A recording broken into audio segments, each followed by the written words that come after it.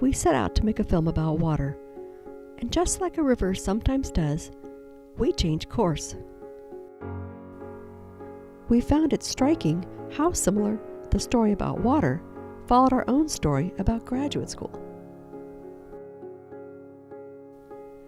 A single raindrop starts a ripple effect.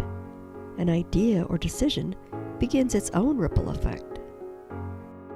So the idea first came to me when I'm sitting in my office listening to a webinar by University of Washington professor Alan Hamlet. And he was talking about climate change and its impacts on streams and snow right here in the Pacific Northwest. So I looked him up.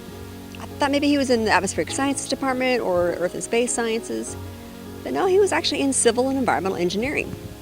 So I went and talked with Dr. Hamlet, and then talked with my friends and my family, and especially my husband. And I took the leap. Graduate school is a leap into the unknown, and we develop our own path.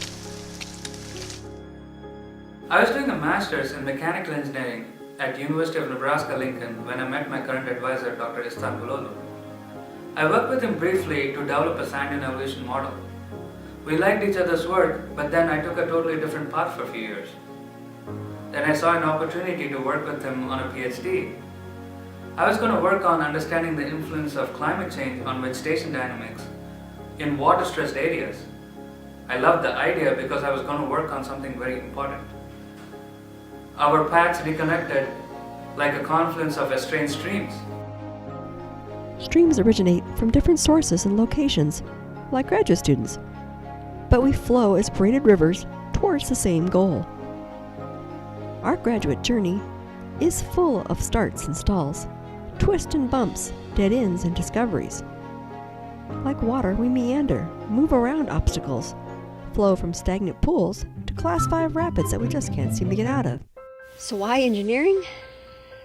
I wanted to learn more about the physical world because climate change involves mainly physical processes. My background is in ecology and forestry, so this will complement my education and my experience. I also wanted to enhance my problem-solving abilities. I wanted a new set of tools and insights that would help me help society prepare for and respond to climate change. Isn't that what engineers are supposed to do? Help solve problems relevant to society. The first quarter, we feel bombarded with upper-level or graduate courses and research demands. It's like we're spinning, barely getting the chance to stick our head out of water for a breath of air. It was difficult. I still remember the evening when I stayed at USGS stream gauge data for an hour to solve my first assignment. I had no clue what was going on. I was lost and I panicked. I even doubted my decision to have changed course. But then my friends and fellow students came to the rescue. At times, our research moves slowly, really slow. Then we experience wide-eyed discoveries, where it all comes together in a grand finale.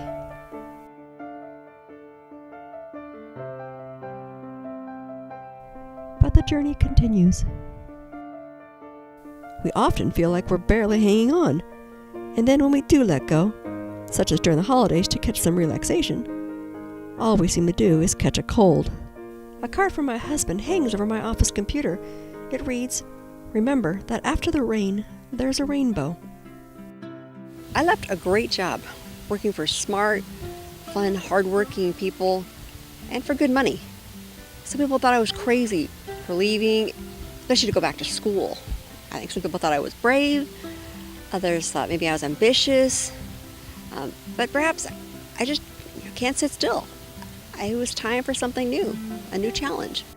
We have the opportunity to do great things, but collectively we can achieve what we really need.